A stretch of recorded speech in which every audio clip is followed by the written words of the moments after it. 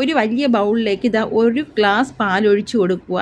അതിൻ്റെ കൂടെ ഇതാ 1 ടീസ്പൂൺ വെളുത്തുള്ളി, അതിൻ്റെ കൂടെ ഇതാ പെപ്പർ പൗഡറും, അതിൻ്റെ കൂടെ ചില്ലി പൗഡറും എല്ലാം 1 ടീസ്പൂൺ വെച്ചാണ്. എന്നിട്ട് ഉപ്പും അതിലേക്ക് ഇട്ട് കൊടുത്തിട്ട് അതിൻ്റെ കൂടെ കുറച്ച് വിനാഗിരിയും കൂടെ ഒഴിച്ച് കൊടുത്ത് നന്നായിട്ട് മിക്സ് ചെയ്യുക. മിക്സ് ചെയ്ത ശേഷം നമ്മളിതാ ചിക്കൻ കഴുകി വെച്ച ചിക്കൻ അതിലേക്ക് ഇട്ട് കൊടുത്ത് നന്നായിട്ട് കുളിപ്പിച്ചെടുത്ത് 5-6 മണിക്കൂർ ഫ്രിഡ്ജിലേക്ക് മാറ്റി വെച്ച ശേഷം ഇതാ എടുത്തിട്ട് മുട്ട പൊട്ടിച്ച് അതിലേക്ക് ഇട്ട് കൊടുക്കുക. എന്നിട്ട് കുറച്ച് മൈദാമാവ് ഒരു അരക്കപ്പോളം മൈദാമാവ് നന്നായിട്ട് ഇട്ട് കൊടുത്തിട്ട് നന്നായിട്ട് മിക്സ് ചെയ്ത് എടുക്കണം കേട്ടോ. അതിന് ശേഷം അത് കുറച്ച് നേരം മാറ്റി വെച്ച ശേഷം ഞാൻ കുറച്ച് മൈദാമാവ് ഒരു പാത്രത്തിലേക്ക് ഇട്ടിട്ട് നല്ല കോട്ടിങ്ങിന് വേണ്ടിയാണ് എടുക്കുന്നത് കേട്ടോ. മുട്ടയ്ക്ക് പകരം നമ്മൾ അത് എടുക്കുന്നതാണ് ഏറ്റവും വലിയൊരു ബെറ്റർ എന്ന് വെച്ചാൽ നന്നായിട്ട് കോട്ട് ചെയ്തിരിക്കും.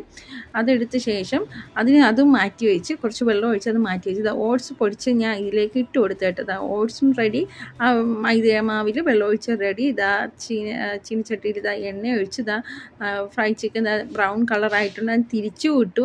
മുട്ട പുഴുങ്ങാൻ വെക്കുമ്പോൾ തന്നെ മനസ്സിലാവും ഞാൻ മയോണീസ് ഉണ്ടാക്കാൻ വേണ്ടി വെളുത്തുള്ളി അതിൻ്റെ ഇടയിൽ കൂടെ വെള്ളം ഒഴിച്ചിട്ട് ഫ്രൈ ചിക്കനും റെഡിയായി. അപ്പം ഓക്കെ, ബൈ.